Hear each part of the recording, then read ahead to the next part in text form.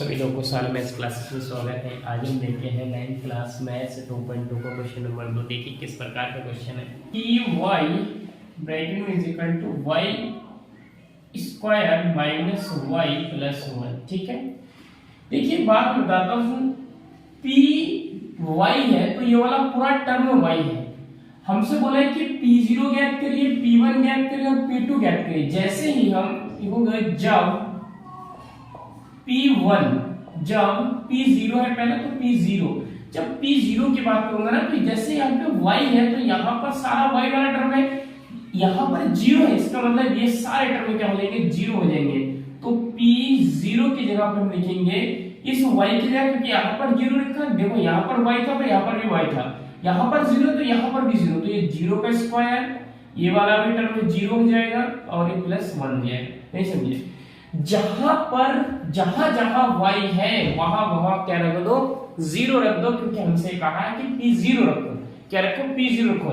यहाँ पर Py था, हमें कहा कि P0 रखो, हमने P जहां जहां पर y था वहां पर हमने 0 रख दिया है। तो P0 का वैल्यू हो जाएगा, ये 0 का स्क्वायर 0 और ये माइनस 0 और ये प्लस का 1, तो P0 का वैल्यू हो जाएगा कितना, 0 से 0 का कुछ नहीं, यानी कि प्लस का 1, इसका क्या हो जाएगा, आंसर हो जाएगा। प्लस का 1 इसका क्या हो जाएगा, आंसर हो जाएगा। जैसे इसका अगला पार्ट है, क्या है अगला पार्ट, अगला पार्ट है P1।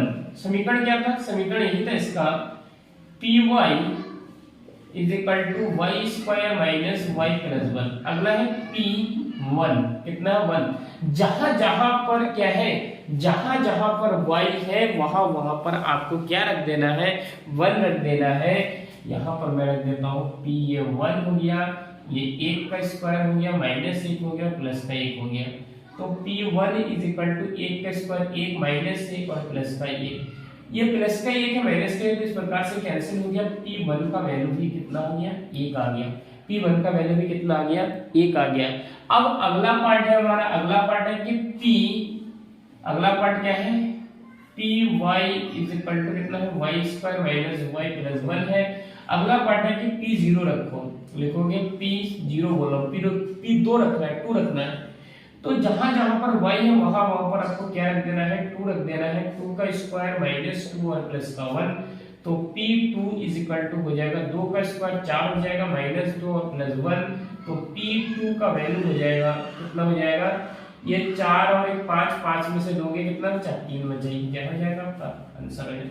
इस प्रकार से ये पहला पार्ट है, मैं पहला पार्ट को रब करता हूँ। देखिए सेकंड पार्ट, देखिए इसका सेकंड पार्ट है, इसका सेकंड पार्ट है Pt is equal to 2 plus t plus 2t square और माइनस t क्यूब।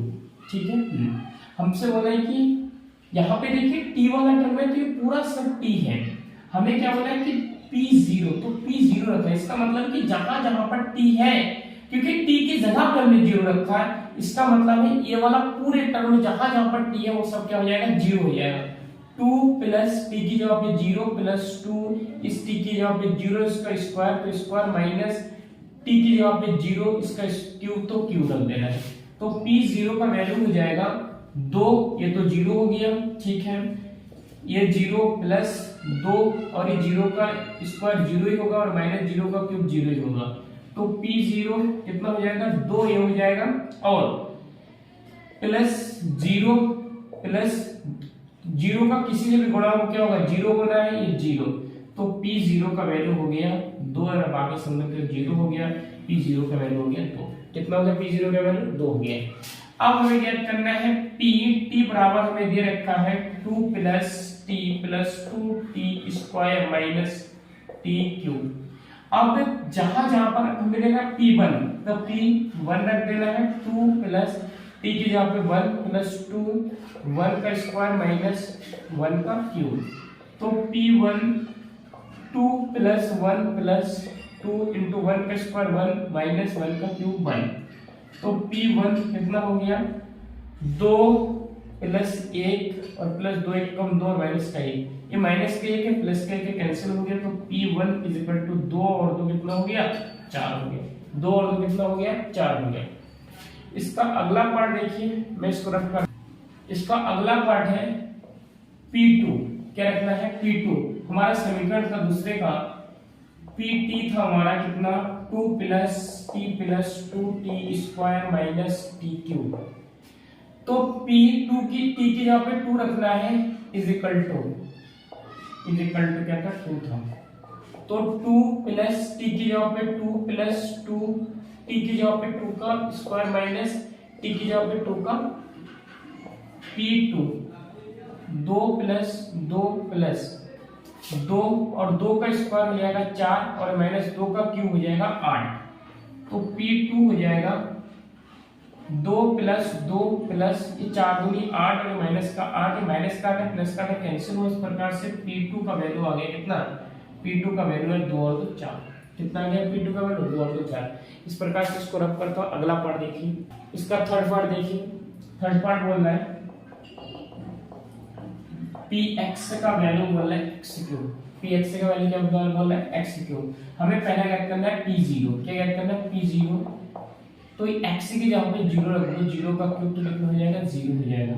दूसरा हमें P1 ज्ञात करना है, तो P1 यहाँ पे x की जगह पे हमें कितना रख देना है Px क्यूब है, तो P1 रखना है, तो x की जगह पर भी 1 रख देना है कि क्यूब एक को चाहे आप कितने बार भी गुणा कर दो आएगा कितना, एक ही आएगा। अगला है हमारा Px = x³ है और x की जगह पे कितना रखना है 2 रखना है P2, तो ये 2 की पावर क्यूब, तो P2 हो जाएगा 2 4 8। कितना हो जाएगा 8 हो जाएगा। इस प्रकार से मैं इसको रब करता हूँ। अगला पार्ट देखिए, चौथा पार्ट देखिए इसमें Px = x-1 और x + 1 दे रखा है। पहला है हमारा कि P0 ज्ञात करो, जहां जहां पर x है वहां पे 0 रख दीजिए, तो ये 0 -1 ये 0 ये +1, कोई दिक्कत नहीं। अब -1 0 और -1 घटाओगे क्या, -1 ही बचेगा, मल्टीप्लाई का साइन मल्टीप्लाई।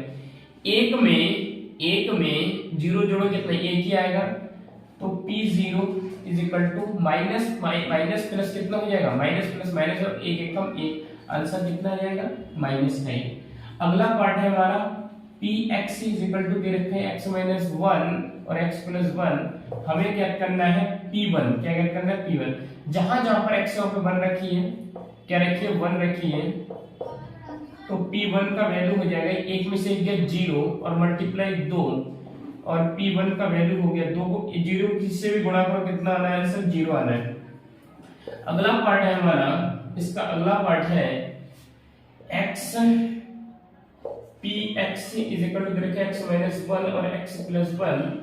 हमें क्या चाहिए, हमें चाहिए P का वैल्यू कितना है 2 रखना है, हमें P का वैल्यू कितना रखना है 2 रखना है, तो 2 - 1 और 2 + 1 कितना हो जाएगा, 2 में से 1 बचेगा और 2 + 1 3 हो जाएगा।